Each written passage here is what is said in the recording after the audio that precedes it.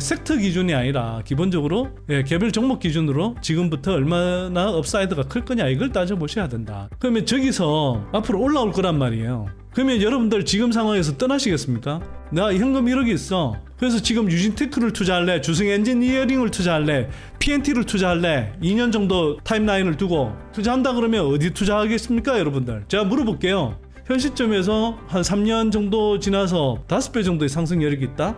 그럼 상당히 큰 거 아닌가요? 전액이 배터리 컴포넌트로 분류돼서 이제 비중국 시장에서 가장 먼저 수혜를 받는 소재가 됐잖아요. 거기에 들어가는 전해질염, 첨가제 이런 것도 비중국 시장에서 가장 먼저 수혜를 받는, 왜냐하면 전액에 들어가는 원가 구성의 40%를 차지한 게 전해질염이니까 그럼 거기도 당연히 수혜를 받지 않겠어요?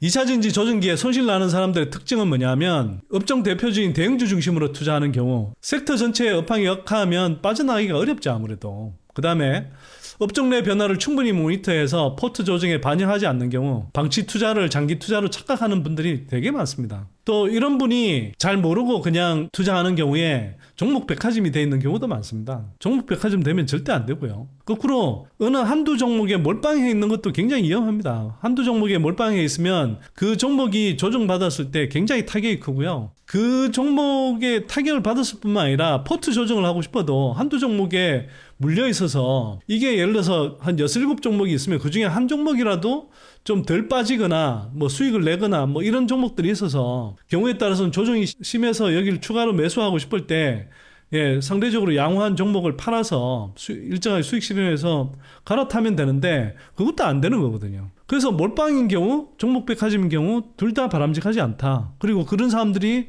기본적으로 다 손실 나기 십상이다. 그 다음에 오버슈팅 구간에서 일정하게 수익을 실현해 현금 여력을 확보하지 못한 경우 이런 분들 되게 많고요. 밸류에이션 따지지 않고 뒤늦게 뛰어들어 고점에 물린 경우 이런 분들이 이제 손실 나는 사람들의 전형적인 특징이죠. 이런 걸 피해야 된다는 겁니다. 이런 걸. 그러니까 2차전지 외에 다른 섹터들도 일부 담으시는 거 저는 나쁘지 않다고 생각합니다. 다만 담는 기준은 섹터 기준이 아니라 기본적으로 개별 종목 기준으로 지금부터 얼마나 업사이드가 클 거냐 이걸 따져보셔야 된다. 여러분들이 투자하는 타임라인 범위 안에서 예를 들어서 3개월이다. 그러면 상당수의 2차전지 섹터는 투자하기 어렵겠죠. 근데 2년, 3년을 두고 본다. 그러면 여전히 2차전지 섹터는 여타 섹터보다 여전히 가장 매력적인 섹터다. 저는 이렇게 봅니다. 지금 떠날 것인가 버틸 것인가 더 살 것인가 이걸 한번 생각해 보시자고요.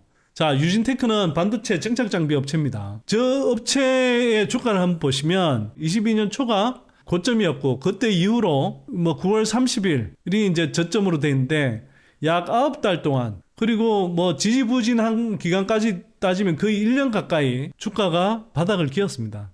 한때 55,000원 가량 갔던 주가가 20,000원까지 떨어졌으니까 반토막도 더 났죠. 자, 그런데 여기서 한번 생각해 보실 거. 저 2022년 9월 30일 이후에 벌어질 상황을 몰랐다고 치고 이 회사에 대해서 잘 모르고 반도체 시장의 사이클 특성을 잘 모르고 하면 지긋지긋하겠죠. 실제로 저 시점에 누군가는 떠났겠죠. 저때 팔고 나간 사람과 저때 사서 들어와서 지금 투자하고 있는 사람의 차이를, 극명한 차이를 한번 생각해 보십시오. 지금 저는 2차전지 섹터의 상당수 종목들이 지금 유진테크의 22년 하반기 또는 23년 초 정도까지의 저는 바닥에 근접한 구간, 인근 거의 분명하다고 저는 생각하거든요.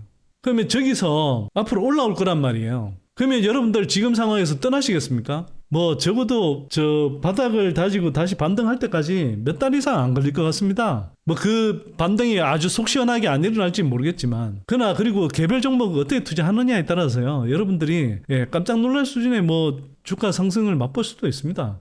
이게 올해 예상 실적이 매출 3,184억 원에 영업이익 544억이에요. 근데 시총이 얼마냐 하면 1조 1,100이라고 하네요. 자, 여러분들 기억하십시오. 매출액 3,184억에 영업이익 544억. 그 다음에 주승 엔지니어링도 마찬가지예요. 주승 엔지니어링은 22년 한 3, 4월부터 하락하기 시작해서 그 지난해 초에 저점을 찍고 1년 가까이 이제 조정을 거쳐서 이제 올라왔는데 전고점보다 더 높이 올라왔죠. 그래서 1200원 저점일 때 샀으면 뭐 최고점까지 팔았으면 거의 4배 가까이 올랐다고 볼 수도 있겠네요. 사실 저때 어마어마한 기회가 나온 거죠. 이 회사 실적 보세요. 2024년 예상 매출액이 4,098억에 영업이익 987억입니다. 이 회사의 시총은 대략 지금 1조 6천억이었나? 그 정도 됩니다. 제가 이거 보여드린 이유가 있어요. PNT가 지금 보시면 자 지난해 7월 이후로 계속 뭐 내려와서 조정받았죠. 예, 장중 고점 비하면 거의 뭐 반토막 나 있는 상황입니다. 이거 투자하고 있는 분들은 지겹겠죠. 예, 그래서 여기서 떠날 거냐. 자, PNT 근데 올해 예상 실적 한번 볼까요? 매출액 1조 728억, 영업이익 1714억입니다. 유진테크 올해 영업이익의 3배 이상, 그 다음에 주승 엔지니어링의 거의 2배 가까운, 2배까지는 안 되지만 한 1.8배 가까운 영업이익이 나옵니다. 기목을 지키는 투자 관점에서 그게 뭐 당장은 모르겠지만 PNT라는 회사를 지금 제가 PNT는 한 주도 안 갖고 있습니다. 그러나 PNT를 투자할래 말래 이렇게 이야기를 문다면 당연히 지금 투자해야 되는 구간이죠. 나 현금 1억이 있어. 그래서 지금 유진테크를 투자할래, 주승 엔지니어링을 투자할래, PNT를 투자할래, 2년 정도 타임라인을 두고 투자한다 그러면 어디 투자하겠습니까, 여러분들? 제가 물어볼게요.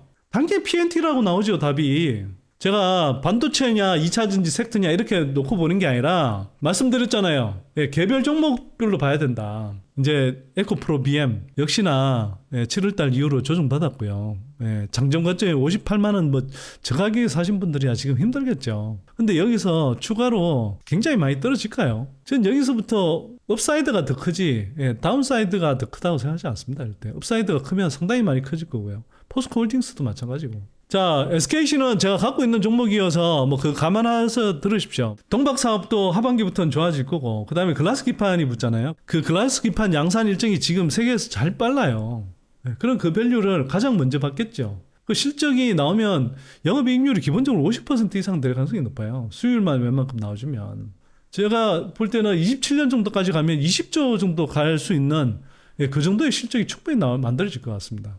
저도 그렇고 저희 연구소 회원들도 그렇고 22년에도 수익을 냈습니다. 어떻게 냈냐? 예, 지수가 20% 30% 떨어져도 지수의 영향을 받지 않을 스몰캡 위주 개별 종목을 발굴해 비중을 실어 투자하면 된다. 이렇게 기복을 많이 그리잖아요. 이런 흐름을 따라서 조금 올라왔을 때 수익 실현하고 방망이를 상대적으로 좀 짧게 쥐고 수익 실현하고 그 다음에 조정 왔을 때 더 담는 이런 식으로 계속 반복하다 보면 조정을 거치면서 오히려 수익이 나요. 실제로 해보시면 느낍니다. 지금 주목해서 봐야 될 2차전지 종목은 어떤 게 있냐. 24년 하반기까지는 스몰캡 위주로 보는 것이 유리할 것 같다. 왜냐하면 섹터 전체로 아직은 그러니까 24년 하반기에 분명히 올라오기는 할 텐데 어떤 모멘텀들을 받으면서 주가가 큰 폭으로 올라오기에는 뭐 그렇게 가파른 반등은 아닐 가능성이 높아서 그럴 때는 대형주보다는 조금 더 가볍게 움직일 수 있는 스몰캡 위주로 보는 게 좀 맞지 않을까 싶고요. 뭐 저는 늘 주로 스몰캡 위주로 보긴 합니다만. 그 다음에 우선 고려해야 될 기준은 현 시점에서 업사이드가 클 것으로 예상되는 종목, 주가 상승에 영향 줄 모멘텀이 기대되는 종목, 뭐 이렇게 이제 좀 크게 볼 수 있을 것 같고요. SKC 같은 경우는 현 시점에서 한 3년 정도 지나서 5배 정도의 상승 여력이 있다? 그럼 상당히 큰 거 아닌가요? 그건 여러분들 스스로 한번 판단해 보십시오. 저는 그 정도 갈 수 있다고 생각하고요. 잘 되면 이 회사가. 글라스 기판이라는 어떤 그 다른 사업 재료가 있기 때문에 양적으로 이제 어떤 주목을 받을 수 있기 때문에 주가 움직임도 저는 나쁘지 않을 것 같습니다. 상대적으로. 2차 전지뿐만 아니라 글라스 기판도 있기 때문에 또는 주가 상승에 영향을 줄 모멘텀이 기대되는 종목. 뭐 예를 들면 어제 이제 코스모신 소재 그 홍동환 대표 기사 나온 거 보니까 미국하고 유럽 뭐 진출도 검토하고 있다 이렇게 나오던데 글로벌 합작사 뭐 이렇게 추진한다 뭐 이런 이야기가 있었는데 뭐 상반기를 넘기지 않을 거라는 이야기를 했었기 때문에 그렇게 따지면 불과 뭐 한두 달 사이 아니겠습니까? 그러면 그런 종목들 중심으로 갖고 간다는 거죠. 여러분들이 이거는 좀 공부를 하셔야 되는데요. 밸류체인을 더 깊이 들여다 봐야 됩니다. 예, 전액을 여러분들이 올해 보셨잖아요. 그래서 거기 비중 실으신 분들은 많은 이제 뭐 수익을 봤을 텐데 그걸 놓쳐서 아까우신 분들은 그러면 전액에 들어가는 게 전액에 뭐 저 원재료 가격이 한 40%가 전해진염이 차지해요. 그 다음에 첨가제 전액이 배터리 컴포넌트로 분류돼서 이제 비중국 시장에서 가장 먼저 수혜를 받는 소재가 됐잖아요. 거기에 들어가는 전해질염, 첨가제 이런 것도 비중국 시장에서 가장 먼저 수혜를 받는 왜냐하면 전액에 들어가는 원가 구성의 40%를 차지한 게 전해질염이니까 그럼 거기도 당연히 수혜를 받지 않겠어요? 뭐 이런 식으로 여러분들이 그 관련 회사를 찾아본다든지, 그 다음에 아까 백강산업 이야기했는데, 저 3염화인, 5염화인처럼 전해질염의 이제 그 범용 전해질염인 LIPF6에 들어가는 3염화인, 5염화인 이런 걸 만드는 이제 준비를 하는 회사가 있거든요. 그런 회사를 공부해 본다든지 하면 되는 겁니다. 한번 해보십시오. 백강산업은 아직 제대로 안 봤습니다. 근데 뭐 뉴스만 봐서는 가능성이 있어 보이고, 저는 밸류체인 측면에서 보면 저런 기회가 있어 보여요. 그러니까 저런 걸 공부해 보시라고요, 여러분들이. GM, 스텔란티스, 현대기아차, BMW, 테슬라 이런 회사들이 전기차의 목표치를 바꾸지 않고 계속 적극적으로 나서고 있는 회사니까 이 회사와 연결되어 있는 배터리, 밸류체인 한번 좀 생각해 보셔야겠죠. GM은 당연히 LG 엔솔 쪽이고요. 스텔란티스는 뭐 삼성도 있고, BMW는 삼성이 주력이고, 그 다음에 2차 전지 외에 추가적인 투자 매력이 있는 사업을 전개하느냐. 예를 들면 SKC 같은 경우는 SKC도 그렇고 솔브레인 홀딩스도 그렇고 또 뭐 득산 테크피아도 그렇고 이게 반도체 사업 또는 디스플레이 쪽 사업까지 이제 달고 있는 거 아닙니까? 이런 게 이제 업사이클로 가니까 추가적인 매력이 있는 이런 사업들을 보시거나 또 새로 발굴해 보시거나 뭐 이러시는 게 저는 좋을 것 같고요. 원통형 배터리 밸류 체인은 분명히 8월 정도에 양산 들어간다고 하고 뭐 공급 개시된다고 하고 그때 실적이 이제 조금씩 나온다 이런 이야기 들리면 아마 움직일 거라고 저는 봅니다. 그러니까 그게 좀 대비하신다든지. 그 다음에 뭐 올해에 의해서 이제 내년에 IRA 세제 혜택을 받을 소재, 양극재, 전구체, 그 다음에 응제 중에서도 이제 실리콘 응극재 뭐 이런 것들 이제 올해 말부터 이제 박으시면 되지 않을까 뭐 이렇게 생각을 하고요.